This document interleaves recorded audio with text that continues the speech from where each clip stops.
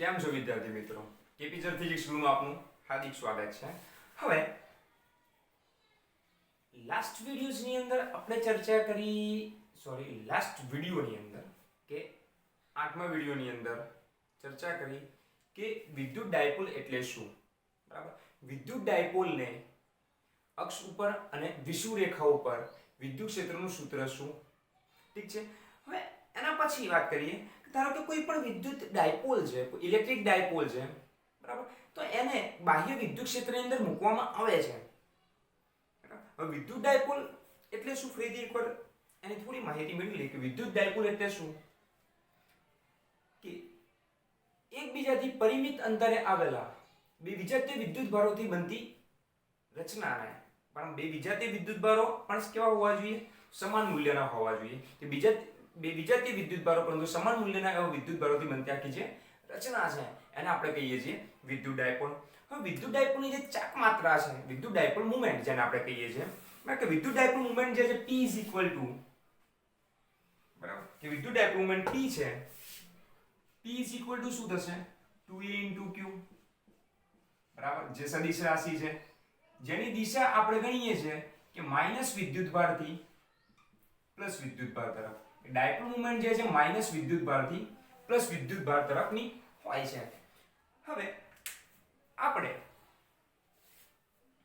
શું કરવું છે કે આપણે કરવું છે કે આ જે ડાયપોલ જે છે એને હું બાહ્ય વિદ્યુત ક્ષેત્રમાં મૂકું તો એની ઉપર શું અસર થાય. બરાબર, પણ હાલ જે બાહ્ય વિદ્યુત ક્ષેત્ર જે આપણે સતત બાહ્ય વિદ્યુત ક્ષેત્ર લઈશું, બરાબર, કે એવું બાહ્ય વિદ્યુત ક્ષેત્ર કે જે અંતર સાથે બદલાય નહીં. ઠીક છે. તો ધારો કે x દિશામાં મેં અહીંયા વિદ્યુત ક્ષેત્ર લીધું છે જે સતત છે, જે અંતર સાથે બદલાતું નથી, કે બધી જગ્યાએ વિદ્યુત ક્ષેત્ર સરખું છે, કે બધા અંતરે વિદ્યુત ક્ષેત્ર કેવું છે? સરખું છે. હવે મિત્રો વિદ્યુત ક્ષેત્ર છે એ કઈ બાજુથી કઈ બાજુ, બરાબર, કે કયા વિદ્યુત ભારથી કયા વિદ્યુત ભાર બાજુ હોય, કે વિદ્યુત ક્ષેત્ર પણ કયો વિદ્યુત ભાર ઉત્પન્ન કરે છે. કે વિદ્યુત ક્ષેત્ર, જો કે બંને વિદ્યુત ભાર વિદ્યુત ક્ષેત્ર ઉત્પન્ન કરશે, પણ વિદ્યુત ક્ષેત્ર રેખાઓ છે એ કયા વિદ્યુત ભારમાંથી નીકળે છે અને કયા વિદ્યુત ભારની અંદર જાય છે. તો આપણને અહીંયા ખબર છે કે જે ધન વિદ્યુત ભાર જે છે કે આ બાજુ ધન વિદ્યુત ભાર હોવો જોઈએ, કારણ કે ધન વિદ્યુત ભારમાંથી શું થાય? હંમેશા ધન વિદ્યુત ભારમાંથી બહારની દિશામાં, ધન વિદ્યુત ભારમાં બહારની દિશામાં ત્રિજ્યાવર્તી દિશાની અંદર વિદ્યુત ક્ષેત્ર રેખાઓ બહાર નીકળે. જ્યારે કેની અંદર જાય તો આ બાજુ ઋણ વિદ્યુત ભાર હોવો જોઈએ. એટલા માટે સમજાવું છું, આની હાલ જરૂર પડશે આપણે કે ડાયપોલના જે વિદ્યુત ભારો જેની ઉપર બળ કઈ રીતના લાગશે એ શોધવા માટે આપણે અહીંયા આને જોયું. બરાબર, ચાલો ધારી લો કે આ વિદ્યુત ક્ષેત્રની અંદર હું એક ડાયપોલ મૂકું છું, બરાબર, કે આની અંદર એક ડાયપોલ મૂકી દઉં છું. હવે ડાયપોલની ઉપર આ જે +q વિદ્યુત ભાર ને -q વિદ્યુત ભાર છે, બરાબર, ડાયપોલ સાથે કેટલા અંશનો ખૂણો બનાવે? તો θ અંશનો ખૂણો બનાવે. લખવું શું છે? આને લખવું કઈ રીતના? ચલો પહેલો મુદ્દો આપણે લખીએ કે આકૃતિમાં દર્શાવ્યા મુજબ એક સતત વિદ્યુત ક્ષેત્રની અંદર એક વિદ્યુત ડાયપોલ મૂકેલી છે. કેટલા અંશના પણ? તો વિદ્યુત ક્ષેત્ર સાથે θ અંશનો ખૂણો બનાવે એમ મેં વિદ્યુત ડાયપોલ મૂકી છે. હું જે બોલું છું એ પાઉઝ, બરાબર, પોઝ કરીને તમે નોટ કરતા રહો. ફરીથી મુદ્દો શું કીધું મેં કે આકૃતિમાં દર્શાવ્યા પ્રમાણે સતત વિદ્યુત ક્ષેત્રની અંદર કે સમાન વિદ્યુત ક્ષેત્રમાં શું મૂક્યું કે વિદ્યુત ક્ષેત્ર સાથે θ અંશનો ખૂણો બનાવે તેમ ડાયપોલ મૂકેલી છે. આપણો પહેલો મુદ્દો થયો. હવે શું થશે વિચારો તમે કે જે +q વિદ્યુત ભાર છે ને કઈ બાજુ બળ લાગશે? ડાબી બાજુ કે જમણી બાજુ?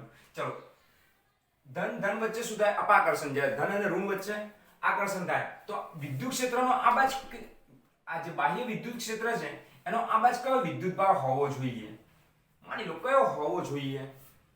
જો હશે તો આ બાજુ માઈનસ વિદ્યુત ભારનો જે હશે તો આ બાજુ ધન વિદ્યુત. એનો મતલબ એમ કે આને કઈ બાજુ બળ લાગે છે? આ દિશામાં બળ લાગે છે, બરાબર, કે આને આ દિશામાં બળ લાગી રહ્યું છે.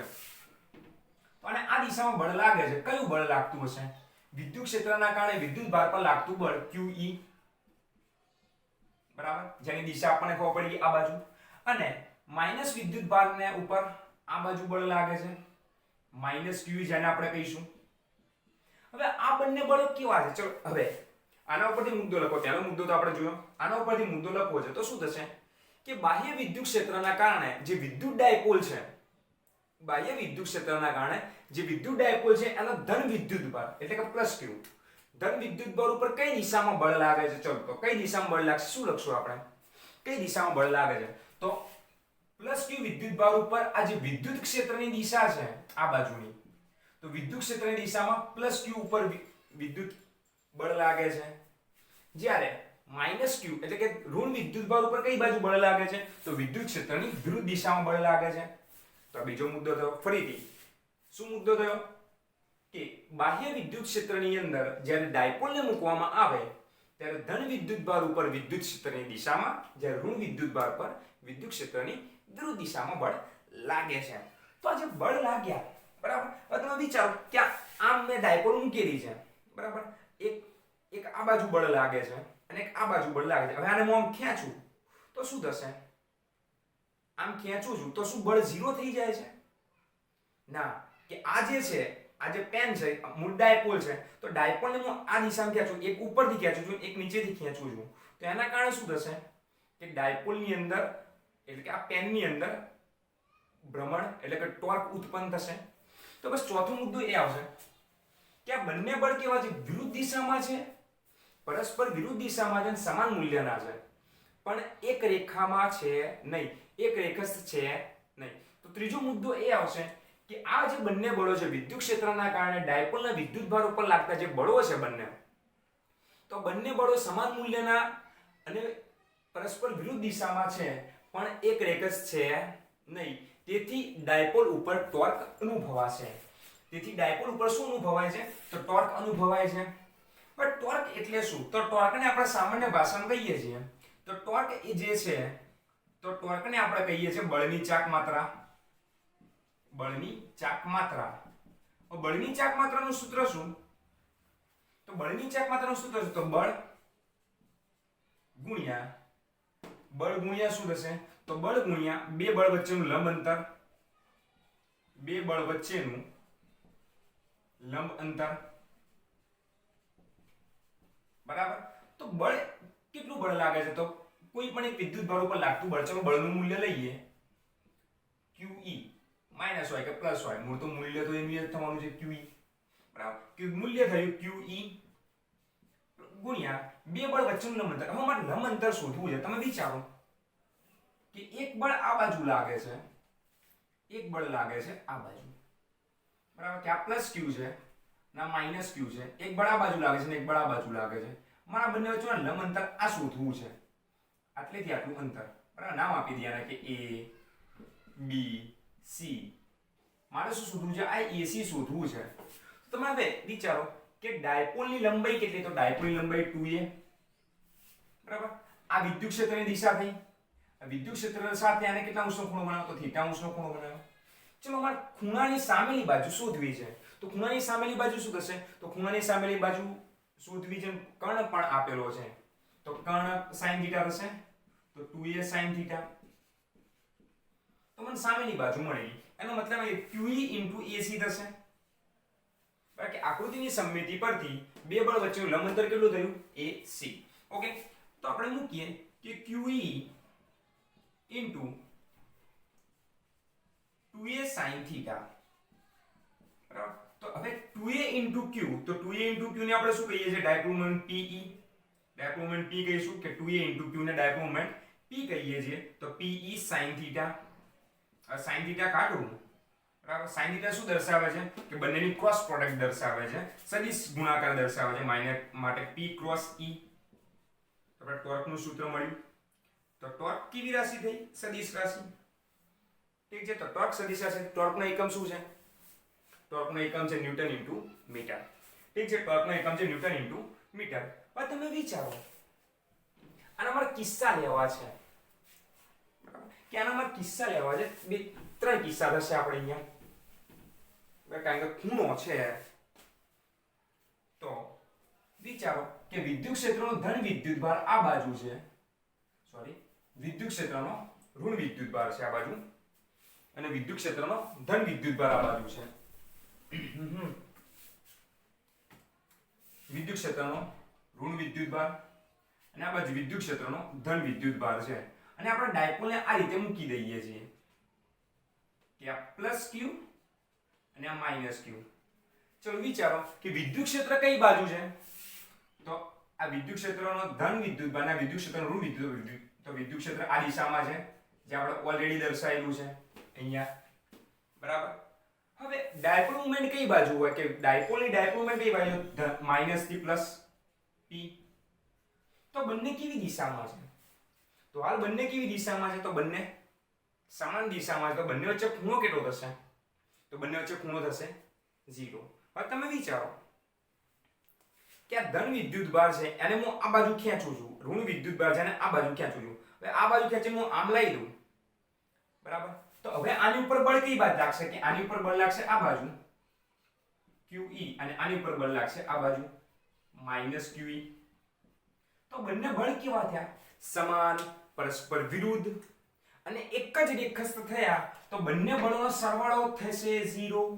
એટલે આનો મતલબ એમ કે હાલ જે આ ડાયપોલ છે એ સ્થાયી સ્થિતિમાં છે, બરાબર. કે આને હું આ રીતના ખેંચું છું તો હવે આ નહીં ટોર્ક અનુભવે કે નહીં ખસે કે નહીં સ્થાનાંતર અનુભવે. તો ટોર્ક કે સ્થાનાંતર અનુભવતું નથી, તો એનો મતલબ એમ કે હવે બંને શું થઈ ગયું કે આ સ્થાયી સ્થિતિમાં આવી ગઈ. તો પહેલી કન્ડિશન થઈ આપણે કે પહેલો કિસ્સો છે કે P સમાંતર E, એટલે કે થીટા બરાબર કેટલો 0 નો.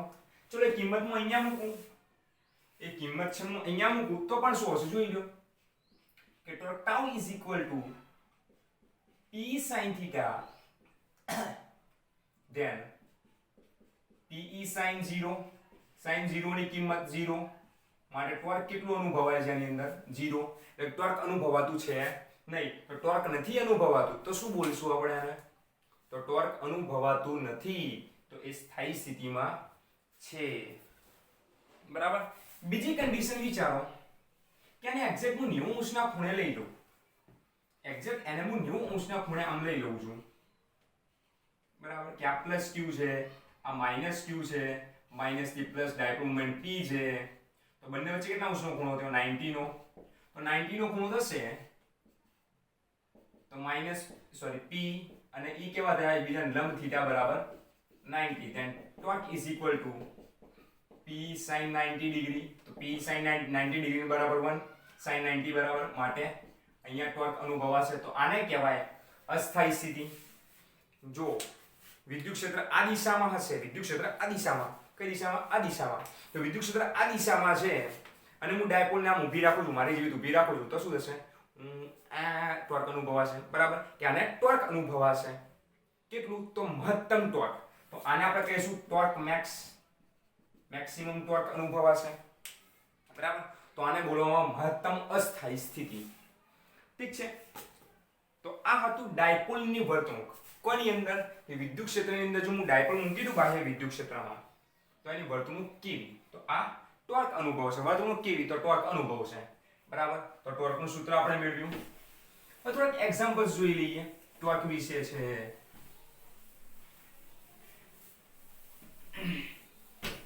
બરાબર. થોડાક એક્ઝામ્પલ જોઈ લઈએ, 2-3 એક્ઝામ્પલ છે જે આપણે વિદ્યુત ફ્લક્સ જોયું એના પણ છે, બરાબર.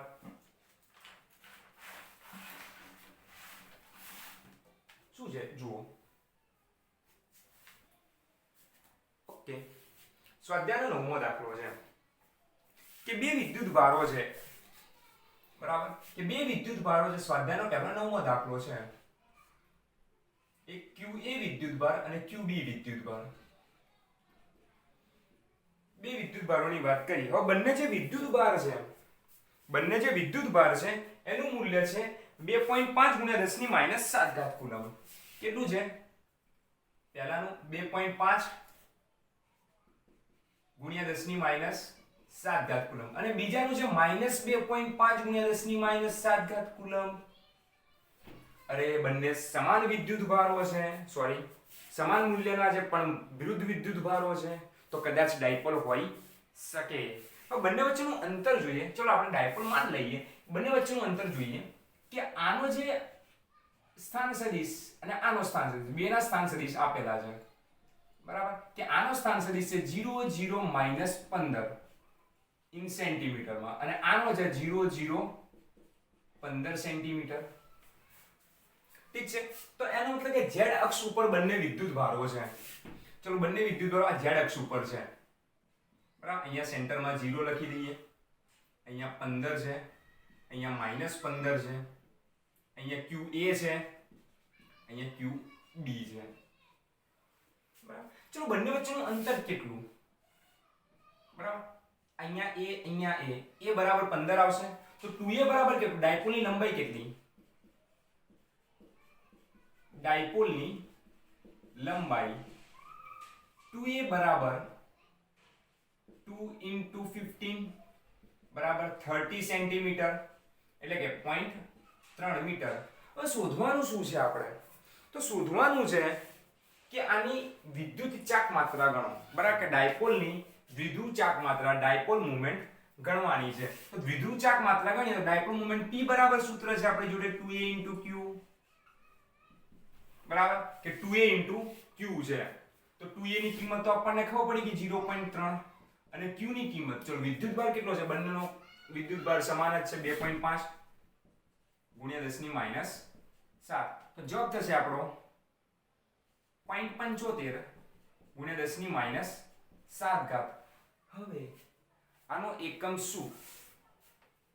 આનો એકમ શું લઈશું આપણે? ડાયપોલ મોમેન્ટનો એકમ શું થશે ભાઈ? ડાયપોલ મોમેન્ટનો એકમ કુલમ * મીટર. જોઈ લો, આનો કુલમ, આનો મીટર, કુલમ * મીટર. બરાબર, પણ ડાયપોલ મોમેન્ટ દિશા કઈ બાજુ?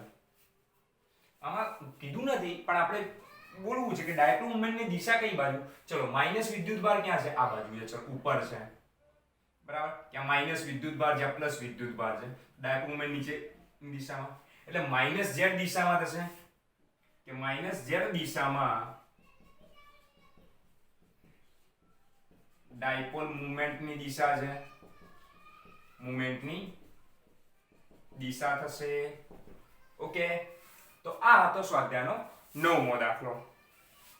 બરાબર, હવે સ્વાધ્યાયનો 10મો દાખલો જોઈએ.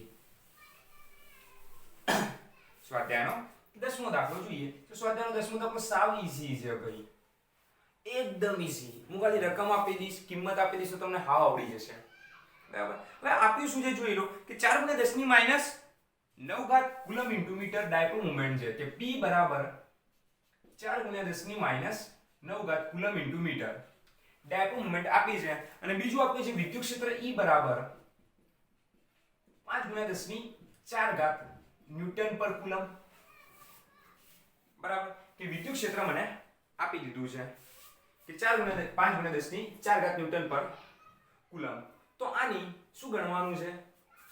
હજી એક કન્ડિશન આપી છે કે વિદ્યુત ક્ષેત્ર સાથે આ જે ડાયપોલ છે, વિદ્યુત ક્ષેત્ર સાથે આ જે ડાયપોલ મોમેન્ટ છે એ 30° નો ખૂણો બનાવે છે. થીટા બરાબર 30° આપણને આપેલા છે. તો ટોર્ક ગણો. અલ્યા, ટોર્કનું સૂત્ર P sin θ. કિંમત મૂકી દો, ફટાફટ પોઝ કરીને કિંમત મૂકો, દાખલો ગણો. જવાબ આવી જવો જોઈએ. sin 30 ની કિંમત 1/2. ઓકે, sin 30 ની કિંમત 1/2 હોય તો 2 10 એટલે 10 ની કેટલી ઘાત થશે? 10 ની -4 ઘાત જવાબ આવવો જોઈએ. બરાબર, 10 ની -4 ઘાત ન્યૂટન * મીટર. પટી ગઈ. આવી ગયો જવાબ. ચલો સ્વાધ્યાયનો 15મો દાખલો. સ્વાધ્યાયનો 15મો દાખલો. સ્વાધ્યાયનો 15મો દાખલો શું કહે છે? કે એક વિદ્યુત ક્ષેત્ર આપણને આપેલું છે, કે એક વિદ્યુત ક્ષેત્ર આપેલું છે E. જો કે વિદ્યુત ક્ષેત્ર આપણે E જ કહીએ છીએ, કે વિદ્યુત ક્ષેત્ર આપેલું છે કે 3 * 10 ની 3 ઘાત 3 * 10 ની 3 ઘાત I cap, એટલે મૂળ સદિશમાં આપેલું છે ન્યૂટન પર કુલમ. બરાબર, એ દિશા પણ આપી દીધી. કઈ દિશામાં છે વિદ્યુત ક્ષેત્ર? તો x દિશામાં વિદ્યુત ક્ષેત્ર છે. બરાબર, એટલે પહેલી કન્ડિશન આપી આપણને કે yz સમતલને સમાંતર, કે yz જે સમતલ છે એને સમાંતર એક સમતલ મૂકેલું છે. બરાબર, તો એ સમતલ એટલે મૂળ એક ચોરસ મૂકેલું છે 10 સેન્ટીમીટર લંબાઈ અને પહોળાઈ બંને 10 સેન્ટીમીટર છે. ચલો આપણે તો અહીંયા દોરીએ કે x દિશા, y દિશા અને z દિશા. x y અને z. ચલો x દિશામાં શું છે? તો x દિશામાં વિદ્યુત ક્ષેત્ર E છે. એ આપણને અહીંયાથી ખબર પડી કે i કેપ કીધું છે એટલા માટે. x દિશામાં વિદ્યુત ક્ષેત્ર છે. તો આ થયું આપણું yz સમતલ. બરાબર? કે 10 સેન્ટીમીટર લંબાઈ અને 10 સેન્ટીમીટર પહોળાઈ. એટલે અહીંયાથી આ બાજુ વિદ્યુત ક્ષેત્ર E થયું. બરાબર? અને આનો ક્ષેત્રફળ સદિશ પણ કઈ દિશામાં? અલ્યા આનો ક્ષેત્રફળ સદિશ પણ આ દિશામાં. યાદ કરો કીધું તું કે સમતલ હોય સમતલ અને લંબ દિશામાં બહાર આવતું, બરાબર? કે લંબ દિશામાં બહાર આવતું વિદ્યુત ક્ષેત્ર હોય. સોરી, ક્ષેત્રફળ સદિશ દોરીએ છીએ.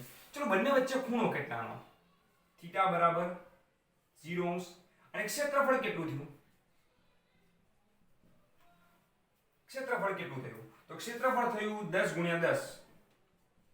10 ગુણ્યા 10 બરાબર 10 દુ 100, 10 દાન 100, 100 સેન્ટીમીટર સ્ક્વેર.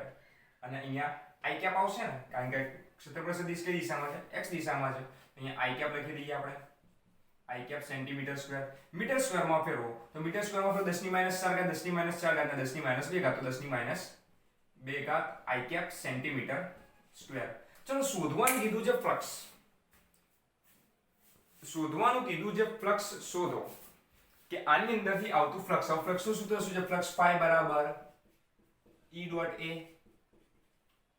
ફ્લક્સ phi બરાબર E ડોટ A. બરાબર? જો તમારે આ ના લેવું હોય, i કેપ ના લેવું હોય તો તમે થીટા ની રૂપે ગણી શકો. બરાબર? ચલો પહેલા i કેપ રૂપે ગણીએ આપણે કે આની કિંમત છે 3 × 10⁻³ i cap dot 10⁻² i cap. બરાબર? તો 3 10⁻³ 10⁻² એટલે 30 i dot i cap dot i બરાબર 1. એટલે જવાબ આવશે આપણો આટલો વેબર. બરાબર? બીજી રીતે પણ ગણી શકો. બીજી રીતે શું હશે કે Ea cos થીટા. તો Ea કેટલી કિંમત છે? 0.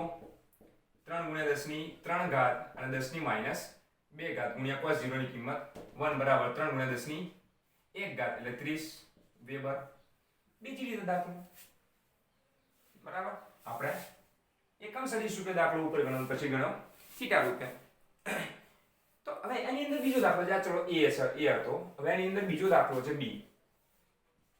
બરાબર? કે બીજા દાખલાની અંદર શું કીધું ખબર છે? કે આ જે સમતલ છે